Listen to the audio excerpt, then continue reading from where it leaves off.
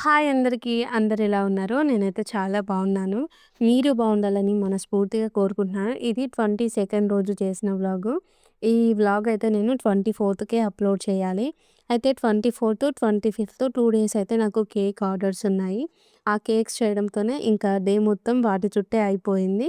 మళ్ళీ ఇంకేంటి అంటే పిల్లలకి ఎగ్జామ్స్ అవుతున్నాయి కదా! వాళ్ళు కూడా 10:00కే ఇంటికైతే వస్తారు. ఇంటికి రాగానే మళ్ళీ వాళ్ళకి తినిపిచ్చి, వాళ్ళ పనులు చేసి, మళ్ళీ నెక్స్ట్ ఎగ్జామ్ కోసం చదివిపియాలి కాబట్టి, ఇంకా నాకైతే ఎడిటింగ్ చేసుకునే టైం అయితే దొరకలేదు. అందుకే 2 డేస్ అయితే వీడియోస్ అప్‌లోడ్ చేయలేదు.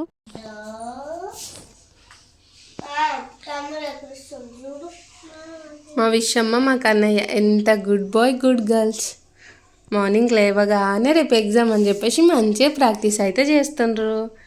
విషమ్మ, నీకు ఏ ఎగ్జామ్ నానా? కన్నా నీకు? నువ్వు ఏం చేస్తున్నావు ఇప్పుడు? మ్యాథ్స్ చేస్తున్నావా? ఏం రాస్తున్నావు? మరి రేపు నీకు ఇంగ్లీష్, మ్యాథ్స్ కాదు.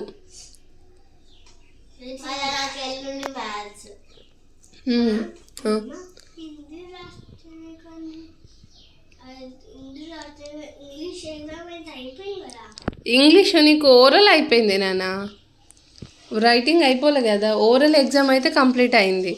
ఇంగ్లీష్ ఓరల్ ఉంటుంది, రైటింగ్ ఉంటుంది. హిందీ ఓరల్ ఉంటుంది, రైటింగ్ ఉంటుంది.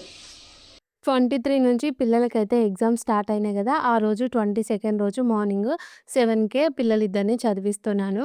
అయితే నేను పిల్లల్ని చదివించేటప్పుడు ఏం చేస్తానంటే, వాళ్ళకి క్లాస్‌లో మేడం వాళ్ళు లెసన్స్ అయితే చెప్తారు కదా! ఆ లెసన్ చెప్పిన వెంటనే ఈవినింగ్ ఇంటికొచ్చిన తర్వాత ఆఫ్టర్‌నూన్ ఏమో హోంవర్క్ రాస్తారు.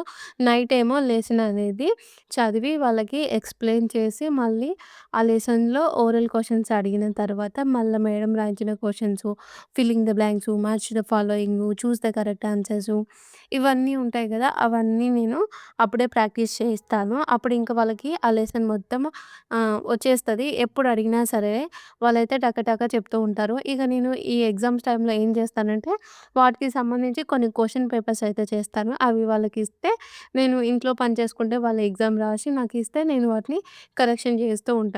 ఇంకా నేనైతే అలా చేస్తాను. ఇక విషమకి, కన్నయ్యకి కూడా చెరొక క్వెషన్ పేపర్ ఇచ్చి రాయమని అయితే చెప్పి కిచెన్‌లోకొచ్చి అయితే ఈరోజు వంట 10:30 తర్వాతనే స్టార్ట్ చేశాను. ఇంకా 11 అయిపోయింది కరెక్ట్‌గా వంట చేసే వరకు. కానీ మార్నింగ్ 9:00 అయితే జ్యూస్ చేస్తున్నాను. ఈరోజు మా సార్ అయితే బాగల్పూర్‌కి పోతుండు. ఏదో సెమినార్ ఉంది అంట. అందుకని ఇంకా నేను పొద్దున్నే పోతాను గదా! నాకు టిఫిన్ అవేమీ వద్దు. కాకపోతే నాకు జ్యూస్ చేసి ఇవ్వు అని మా సార్ అయితే చెప్తే, ఇంకా నేనైతే జ్యూస్ చేస్తున్నాను. మొన్న 21 నుంచి జ్యూస్ తాగడం అయితే అలవాటు చేసుకున్నాము. ఇంకా నేనేమో చాయ్ అయితే మార్నింగ్ తాగట్లేదు గదా! ఎప్పుడన్నా ఒకసారి తాగాలనిపిస్తే మార్నింగ్ అయితే తాగుతున్నాను. ఇంకా 21 రోజు మా సార్‌కైతే జ్యూస్ చేసిచ్చాను గదా! 22 రోజు గూడా ఆయనకే చేసిచ్చాను. కాకపోతే నేనైతే ఒక్కటే గ్లాస్ చేశాను కాబట్టి, ఇంకా నేను 23 రోజు నుంచి నేను గూడా జ్యూస్ అయితే తాగుతున్నాను. జస్ట్ క్యారెట్, బీట్రూట్ ఏసి పల్ప్ అనేది ఫిల్టర్ చేయకుండా అలాగే జ్యూస్ చేస్తున్నాను. ఇక నేనైతే మా సార్‌కి జ్యూస్ ఇచ్చేసాను. మా సార్ ఈలోపు వెళ్ళైతే సండే కదా అని చెప్పి చికెన్ అయితే తీసుకొనొచ్చిర్రు. తను ఇంట్లో ఉండట్లేదు కాబట్టి చికెన్ తీసుకొనొచ్చిర్రు. ఇగో హాఫ్ కేజీ చికెన్ తెచ్చిండు. అయితే దీని వెయిట్ చూస్తే నాకనిపిస్తుంది కదా! ఇలా ముక్కలే రానట్టుగానే అనిపిస్తుంది. ఇంతకు మునుపు హాఫ్ కేజీ అంటే కవర్‌లో సగం వరకొచ్చేది. ఇప్పుడేమో కవర్‌లో అడుగు భాగం వరకొస్తుంది. అందుకే నేను ఫస్ట్ మా సార్‌ని హాఫ్ కేజీనా అని అడిగాను. ఇంక నేనైతే ఎట్లాగో మా సారు ఈరోజు సండే చికెన్ తినడు. అందుకే నేనేం చేశానంటే ఆ చికెన్‌లోకించి ఒక 5, 6 ముక్కలైతే పక్కకు తీసి పెట్టాను. రేపు పిల్లల కోసం పిజ్జా చేద్దామని చెప్పేసి. ఇక మా కోసమే కాబట్టి చికెను ఫస్ట్ ఫ్రై చేద్దామని అనుకున్నాను.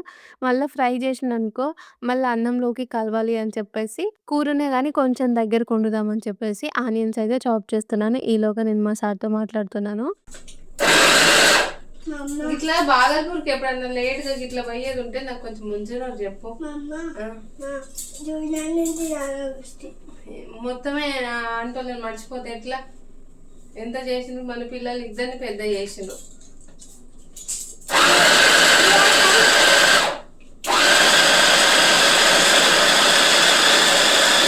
నేను అమ్మ తప్ప సార్.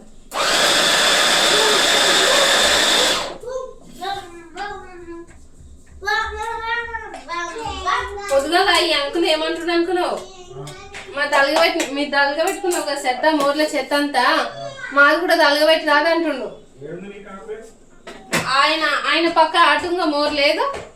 ఆ మోర్లు అన్ని ఎండాకులు ఉన్నాయి కదా, అవి తలగబెట్టి అంటుండు. ఆడు ఊకలే అదంతా మోరు పొరుగుతున్నాయి. నేను ఎట్లా తలగబెడతా సారు? నేను ముఖం తిప్పగానే పొలక పట్టుకొని వచ్చి ఊక్కొని తాకలో పెట్టుకుంటూ చూసినావు. అసలు ఎట్లా కనిపించినా అర్థమే అవుతలేదు నాకు.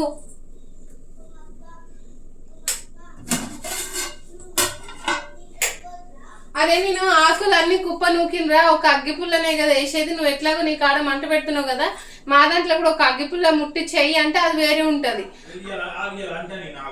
ఏమని ఆడాలి అసలు నాకే అర్థమైట్లే. ఆయన మోరు వెళ్ళిపోయిన అంత ఆకు పెట్టుకొని అదంతా ఎండాకు పెట్టుకొని 4-5 రోజులు అవుతుంది ఊకక అంటాడు. మా దాంట్లో మాకు కూడా తలగబెట్టరా అని. నేను ఏడ తలగబెట్టాలి అసలు నాకు అనిపిస్తున్నాయి అసలు. అందుకే వీళ్ళకి ముఖం మీద కొట్టినట్టు మాట్లాడాలి, అట్లయితేనే బుద్ధి వస్తుంది. అయితే మొన్న కేక్ చేసి అన్నాడుగా, కేక్ చేసి అంటే అప్పుడు నేను అన్నా కదా స్పాంజ్ కేక్ అయితే 300 అవుతుంది అంకుల్ అన్న. సరే అన్నాడు. మళ్ళీ తర్వాత ఫస్ట్ అన్నాడు కదా కేక్ చేసి అంటే నేను అన్నా కదా మరి నేను చేసినప్పుడు ఒక 2 పీసులు ఇస్తుంది అంకుల్ అన్న. అంటే ఆయన ఏమన్నాడు, నాకు 2 పీసులు సరిపోవు, నాకు మొన్న భువన్ బర్త్డేకి ఇచ్చిన కేక్ నాకు సరిపోలేదన్న. 4 పీసులు ఇచ్చినంట ఆయన, కేక్ సరిపోలేదంట. అయితే మరి నీకు మొత్తం కేక్ కావాలంటే 300 ఈ అంకుల్ నేను చేసిస్తాను. సరే అన్నాడు. మళ్ళీ అన్న తర్వాత 4-5 రోజులు అయినాక ఇంకా సరితా కేక్ చేసి ఇస్తలేవుగా, ఇంకా తినిపిస్తలేవుగా అంటుడు. ఫస్ట్ పైసలు చెప్పినా కదా, ఇక 4-5 రోజులు అయినాక తినిపిస్తలేవు అని అంటే ఫ్రీగా ఇవ్వాలన్నట్టుగా. నాకు టైం దొరకలేదు అంకుల్ అన్న. మంచిగా 2-3 లక్షలు శాలరీ వస్తుంది, ఇంత కకృతి ఉంటుందండి వీళ్ళకి. అయితే మా సారు బాగల్పూర్‌కి పోతున్నా అని చెప్పిండు కదా! అయితే బాగల్పూర్‌లో మా ఆంటీ వాళ్ళైతే ఉంటారు. ఇంతకుముందు మా ఇంటి ముంగడ ఉండే ఆంటీ వాళ్ళు ఉన్నారు కదా! వాళ్ళు ఇక్కడ క్వార్టర్ అయితే ఖాళీ చేసి బాగల్పూర్‌లో ఉంటున్నారు. వాళ్ళు బాగల్పూర్‌లో రైల్వే స్టేషన్‌కి కొంచెం దూరంలోనే ఉంటారు. కొంచెం నడుచుకుంటూ పోవచ్చు. అయితే మా సార్ ఎట్లాగో బాగల్పూర్‌కి పోతుండు కదా! నువ్వు అదేదో ముందు చెప్తే నేను ఆంటీ వాళ్ళ కోసం ఏదో ఒకటి చేసి పంపేదాన్ని కదా! నువ్వు ఎందుకు చెప్పలేదు? ఇంత సడెన్‌గా ఎందుకు చెప్పినావు అని చెప్పేసి నేనన్నాను. ఏంటి అంటే పంపించేది ఒకవేళ మా సార్ పోతుండు గదా! ఆంటీకి చికెన్ అంటే ఇష్టము. వాళ్ళు చికెన్ తింటారు గానీ, వాళ్ళ ఇంట్లో వండుకోరు. మొన్నటిదాకా ఉన్నన్ని రోజులు నేనే చికెన్ అయితే వండి పెట్టాను. ఎప్పుడైనా సరే ఎగ్ కర్రీ చేసినా, చికెన్ చేసినా వండేదాన్ని. ఇంకా వాళ్ళ పిల్లలొచ్చినప్పుడు గూడా చికెన్ ఫ్రై, చికెన్ కర్రీ, తర్వాత బిర్యానీ ఇలా చేసి ఇచ్చేదాన్ని. వాళ్ళు కూడా మా ఇంట్లోనే వచ్చి తినేవాళ్ళు. కానీ మీకెప్పుడైతే నేను వీడియోలో చూయించలేదు. ఎందుకంటే వేరే వాళ్ళని చూయించడం అంత మంచిది కాదు గదా! కానీ ఆంటీని, అంకుల్‌ని చాలా సార్లయితే చూయించాను. ఇంకా నేను ఈరోజు ఎట్లాగో పోతున్నావు గదా! ముందే చెప్తే అయిపోవు గదా! చికెనన్నా ఫ్రై చేద్దును. లేదు అంటే స్పాంజ్ కేక్ ఉంది గదా! జాంగ్రీ కేక్ చేస్తాను గదా! అదన్నా చేసి పంపుదును అని చెప్పేసి నేను మా సార్‌కి చెప్పాను. కానీ మా సార్ ఏమో ఇప్పుడు ఒక 30 మినిట్స్‌లో తనకి ట్రైన్ అయితే ఉంది. జ్యూస్ తాగిన వెంటనే తనైతే స్కూల్‌కెళ్ళిపోవాలి. అదే సెమినార్‌కెళ్ళిపోవాలి. కానీ చికెన్ ఫ్రై అయ్యేలోపు గూడా తనైతే ఉండడు గదా! ఆంటీకైతే నేను పంపియలేకపోయాను. ఇక్కడున్నప్పుడు మాకు గానీ, మా పిల్లలకి గానీ ఎలాంటి లోటు లేకుండా సొంత పేరెంట్స్ లాగా మమ్మల్ని వాళ్ళైతే చూసుకున్నారు. వాళ్ళకి ఇష్టమైంది చేసి పెట్టకపోతే ఎలా చెప్పండి. అందుకే నేను మా సార్‌ని అడుగుతున్నాను. ఇంకా ఈలోపే చికెన్ అయితే పొయ్యి మీద ఏయగానే ఇక్కడ ఆపోజిట్‌లో ఉండే ఆంటీ వచ్చేసి ఇలా నైటీలొచ్చినాయి, స్కార్ఫులు తీసుకున్నాను. సెలెక్ట్ చేతురా సరిత అనైతే నన్ను పిలిచింది. పిలుస్తే నేనొచ్చాను. ఇక్కడైతే ఈయన ఎప్పటినుంచో ఇక్కడ నైటీల తర్వాత టాప్సు, చున్నీలు, లెగిన్స్ ఇవన్నీ అమ్ముతూ ఉంటారు. ఇగ ఆంటీ ఏమో ఒక 2 స్కార్ఫ్‌లయితే తీసుకుందాం అని చెప్పేసి తననైతే పిలిచింది. ఇగ మా ఆంటీనేమో నన్ను పిలిచింది గదా! ఇక్కడ నేను అందరిలో కన్నా నేనే చాలా చిన్న ఏజ్. ఈమెకు మంచిగా తెలిసుంటది అని చెప్పేసి పిలిచింది. ఇంక ఇక్కడైతే ఈ స్కార్ఫులు చూస్తున్నది గదా! ఫస్టేమో రెడ్ తీసుకుంటా అన్నది. మళ్ళా తర్వాత యెల్లోకైతే తీసుకుంటా అని జెప్పేసి యెల్లోకైతే ఎళ్ళిపోయింది. ఈ స్కార్ఫ్ వచ్చేసి ఆయనైతే 180 రూపీస్ చెప్పిండు. ఆంటీ ఫస్టేమో 150కి అడిగింది. మళ్ళా 150 నుంచి 120 ఫైనల్‌గా వచ్చేసి 100 రూపీస్‌కైతే అడిగింది. ఆయనేమో ఖచ్చితంగా 120కి ఇస్తా అనైతే చెప్పిండు. ఇగ ఆంటీ 100 రూపీస్‌కి ఆ స్కార్ఫ్ అయితే తీసుకుంది. ఈలోగానే పళ్ళమ్మే ఆమె వస్తే ఆంటీ ఈమెకని ఫ్రూట్స్ అయితే తీసుకుంటది. మేమైతే ఏం తీసుకోము. ఎందుకంటే వీళ్ళు నాకు రేట్స్ చాలా ఎక్కువగా చెప్తుంటారు. అందుకే ఇంకా మా పక్కన ఆంటీ మాత్రమే తీసుకుంటది. మా సారేమో అక్కడ వేరే దగ్గర బయట నుంచి అయితే ఫ్రూట్స్ తెస్తారు. ఈరోజు నేను తీసుకొనైతే ఈ జామకాయ ఒకటి తీసుకోమని ఆంటీ చెప్తే అదొక 30 రూపీస్‌కైతే ఆమె జోకి ఇచ్చేసింది. ఆంటీ ఒకటి, నేనొకటైతే తీసుకున్నాము. నేనక్కడ బయట మాట్లాడెళ్ళి వచ్చేలోపుగా ఈడ చికెనయితే కొంచెం అడుగంటింది. కానీ ఏం మాడిపోలేదు. ఇక లోపలికొచ్చేసి ముందుగానే అల్లం వెల్లుల్లి పేస్ట్, పసుపేసుకొని ఫ్రై చేసి పెట్టి ముక్కలైతే వేశాను. ఇప్పుడు ఇంకా కారము, పసుపు, ధనియాల పొడి వేసుకున్నాను. చూస్తున్నారు కదా! చికెనయితే మంచిగా ఉడికిపోయింది. అయితే నేను కొంచెం దగ్గరకు వండుదామని అయితే చెప్పాను గదా! కొంచెమైతే వాటర్ పోసాను. వాటర్ పోసిన తర్వాత ఈ చికెనయితే మంచిగా సన్నని మంట మీద దగ్గరికి ఉడికిచ్చాను. అసలు ఈరోజు ఈ చికెన్ ఎంత బాగొచ్చిందో సూపర్ టేస్ట్ వచ్చింది తెలుసా! పిల్లలు గూడా బాగా ఇష్టంగా తిన్నారు. ఎప్పుడైనా సరే మాకు నైట్ వరకు వస్తది చికెను. కానీ ఈరోజు ఆఫ్టర్‌నూన్ వరకే పిల్లలైతే చికెన్‌ని అయిపోగొట్టేసారు. చూస్తున్నారు గదా! ఇలా సన్నని మంట మీద కొంచెం 5 నిమిషాలు ఉడికించుకున్నాను. ముక్కలన్నీ ముందుగానే ఉడికిపోయినాయి గదా! కొత్తిమీర అయితే వేసేసుకున్నాను. చాలా సింపుల్‌గానే అయిపోయింది. కానీ చాలా మంచి టేస్ట్ వచ్చింది. ఇక ఇప్పుడైతే నేను చికెన్‌ని దించేసాను. అన్నం కూడా అయిపోయింది. పాలయనొస్తే పాలు తీసుకొని హీటర్ మీద అయితే పాలైతే పెట్టేస్తున్నాను. ఇక ఇప్పుడైతే మీకు చికెన్‌ని చూపిస్తాను. జ్యూసీగా ముక్కకు కరెక్ట్‌గా ఉప్పు, కారాలు పట్టి ఎంత మంచిగుందో వేడి వేడి అన్నంలో పెట్టుకొని తింటే ఇక సూపరుంటది. మా పిల్లలైతే మధ్యాహ్నము నేను ఎడిటింగ్ చేసుకుంటుంటే వాళ్ళు ల్యాప్‌టాప్ చూస్తున్నారు.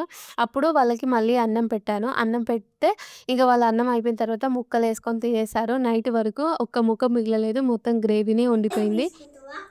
మా పెద్ద పెద్ద పీస్ అవుతుంది. నీ లెగ్గే తీసుకుంటా నేను. నీ లెక్క నేను కావాలి. నా తమ్ముడు లెక్క కావాలి. మరి నువ్వే అన్నావు కదా. సరే నీ లెగ్ ఏమో. మా నిజంగా పెట్టిన అక్కతో పాపతో కూడా పప్పుతో కూడా అక్కతో కూడా నాతో కూడా కట్టినా ఎందుకు ఏమండు మొక్కపై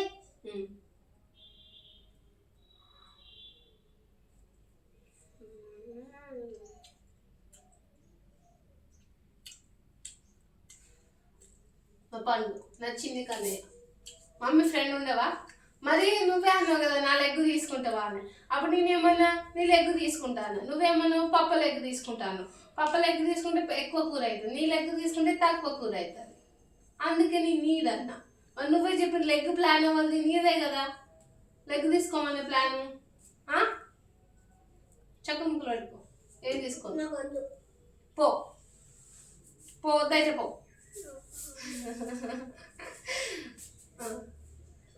మొప్పి పెట్టవా పెడతా బాగా చిన్నది కొంచెం పెట్టినా కొంచెం. చికెన్ కూర అయిన వెంటనే విషయమ్మకి, కన్నయ్యకైతే అన్నం తినిపిస్తున్నాను. ఇలా మంచి కూరలొండి పిల్లలకి మన చేతులతోనే అన్నం తినిపిస్తే ఎంత హ్యాపీగా ఉంటదో కదా! వాళ్ళిద్దరికీ అన్నం తినిపించిన తర్వాత నేను కూడా అన్నం తిన్నాను. మళ్ళీ ఆఫ్టర్‌నూన్ 2:00 అయితే అవుతుంది. మళ్ళీ ఇంకోసారి పిల్లలకైతే రివిజన్ చేపిద్దామని చెప్పేసి బయటికైతే తీసుకొచ్చాను. పొద్దున్నుంచి ఇంట్లోనే ఉన్నాం కదా! ఇక ఎండ గూడా ఏం కొడతలేదని చెప్పి బయట కూర్చొని పొద్దున తీసుకున్న జామకాయ ఉంది కదా! అది కట్ చేసుకొని ముగ్గురం తినుకుంటా ఇంకా పిల్లలిద్దరిని చదివించాను. టైం వచ్చేసి ఈవినింగు 4:30 అయిపోతుంది. అప్పటి వరకు కొంచెం నేను మళ్ళీ విషమని కన్నయ్యని చదివించే వరకే 4:00 అయిపోయింది. ఒక 30 మినిట్స్ మళ్ళీ వీడియో ఎడిటింగ్ చేసుకొని మళ్ళా వాళ్ళకి స్నాక్స్ చేద్దామని చెప్పేసి కిచెన్‌లోకైతే వచ్చేసాను. ఎప్పటినుంచో పిల్లలైతే ఫ్రెంచ్ ఫ్రైస్ అయితే అడుగుతున్నారు. అయితే ఈరోజు 4:30 అవుతుంది కదా! టైం కూడా మళ్ళా లేట్ అవుతుంది. మళ్ళా ఇంట్లో ఈవినింగ్ పనులన్నీ చేసుకోవాలి. వీడియో ఎడిటింగ్ చేసుకోవాలి నాన్న రేపటికి అప్‌లోడ్ చేయడానికి అని చెప్పి నేనైతే పిల్లలిద్దరికీ చెప్పాను. అయినా కూడా పిల్లలన్నారు గదా! అమ్మ ఒక 3, 4 డేస్ నుంచి అడుగుతున్నామమ్మ నువ్వు చెయ్యట్లేదు అని చెప్పేసి అడిగితే, ఇంకా నా స్టైల్‌లో సింపుల్‌గా ఫ్రెంచ్ ఫ్రైస్ చేద్దామని చెప్పేసి ఇక పొటాటోస్‌ని తీసుకొని వాటినైతే కట్ చేస్తున్నాను. ఈ ఫ్రెంచ్ ఫ్రైస్‌ని చాలా సింపుల్‌గా అయితే చేశాను. ముందైతే పొటాటోస్‌నన్నిటిని కట్ చేసుకున్నాను. ఇలా కట్ చేసుకున్న తర్వాత మనం ఏం చేస్తామంటే ఫ్రెంచ్ ఫ్రైస్ కొంచెం క్రిస్పీగా రావడానికి ఫస్ట్ అయితే వాటర్‌లో వీటినైతే ఉడికిస్తాం కదా! కానీ నేనైతే ఉడికించలేదు. ఫస్ట్ ఒక బౌల్‌లోకి వాటర్ తీసుకొని ఒక 3, 4 టైమ్స్ అయితే మంచిగా ఆ పొటాటోస్‌ని వాష్ చేసుకున్న తర్వాత కడాయిలో నూనె పోసుకొని ఇక ఆయిల్ వేడైన తర్వాత ఆ పొటాటోలు వేసి ఫ్రై అయితే చేస్తున్నాను. ఫస్ట్ మనం ఫ్రెంచ్ ఫ్రై ప్రాసెస్ ఎట్లా చేస్తారంటే కొంచెం ఉప్పేసి ఆలుగడ్డల్ని ఉడికించిన తర్వాత, మళ్ళీ వాటిని చల్లారిన తర్వాత వాటిలోనే కొంచెం కార్న్ ఫ్లోర్ మిక్స్ చేసి మంచిగా క్రిస్పీగా ఫ్రై చేస్తారు. నాకేమో అంత టైం లేదు. టైం వచ్చేసి 4:30 అవుతుంది. మళ్ళా నేను పిల్లలిద్దరిని వాళ్ళకి స్నాక్స్ పెట్టిన తర్వాత గిన్నెలు తోమాలి, ఇల్లు ఊకాలి, బట్టలు మడత పెట్టాలి, మళ్ళీ వాళ్ళకి స్నానాలు చేయించాలి, మళ్ళీ చదివించాలి, నైట్‌కి వంట చేయాలి. ఇదంతా పని లేట్ అవుతుంది. మళ్ళీ వాళ్ళని చదివించే టైం అయితే ఉండాలి గదా! రివిజన్ ఒకసారి చేపిస్తే ఇంకా కంప్లీట్ అవుతదని చెప్పేసి ఫాస్ట్‌గానే ఈ ఫ్రెంచ్ ఫ్రైస్ అయితే చేసేసాను. ఫస్ట్ కొన్ని పొటాటోస్ ఏసి ఫ్రై చేసిన తర్వాత మళ్ళీ ఇంకొన్ని మిగులుతాయి గదా! అవి కూడా వేసేసుకుంటున్నాను. ఇలా వేసుకొని క్రిస్పీగానే ఫ్రై చేసుకున్నాను. మనం ఏంటి అంటే కొంచెం చల్లారిన తర్వాత మెత్తగా అవుతాయి. అందుకే మనం ఏం చేయాలంటే ఫస్ట్ ఫ్రై చేసుకున్నప్పుడే వాటిని క్రిస్పీగా కలుపుతూ అయితే ఫ్రై చేసుకోవాలి. నేను ఇవి ఫ్రై చేసే లోపే బయట ఇల్లు ఊడ్చొచ్చాను. తర్వాత ఇల్లు ఊడ్చి, బయట ఊడ్చి, మళ్ళొచ్చి అవి ఫ్రై అవుతున్నాయి గదా! బయటైతే బట్టలైతే తీస్తున్నాను. చూస్తున్నాను గదా! రోజు బట్టలు ఉతికినా గూడా రోజు ఇన్ని బట్టలు కావాల్సిందే ఖచ్చితంగా.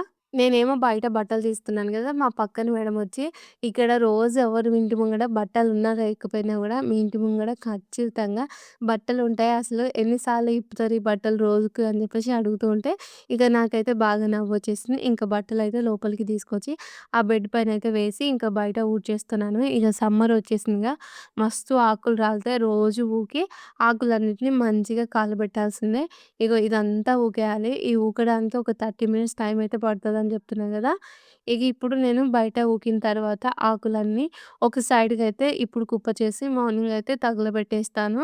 నేను ఇదంతా పని చేసుకునే వరకు ఇంకా ఫ్రెంచ్ ఫ్రైస్ అయితే ఫ్రై అవుతూనే ఉన్నాయి. మధ్యలో వెళ్ళి కలిపొస్తున్నాను. ఇంకా అవి ఫ్రై అవ్వడానికి ఇంకొంచెం టైం ఉంది అని చెప్పి బట్టలైతే మడత పెడుతున్నాను. విషమ్మ కానీ ఇద్దరు ఫ్రెంచ్ ఫ్రైస్ ఎప్పుడు ఫ్రై అయితదా? మా అమ్మ మాకెప్పుడు పెడతదా? మేము ఎప్పుడు తిందామా? అని చెప్పేసి వెయిట్ చేస్తూ ఉన్నారు. పదే ఊకే అడుగుతున్నారు వచ్చి. ఇంక నేనైతే అవి ఫ్రై అవుతాయి అని చెప్పేసి ఇంకొంచెం టైం ఉందనా అని చెప్పి నవ్వుతున్నాను.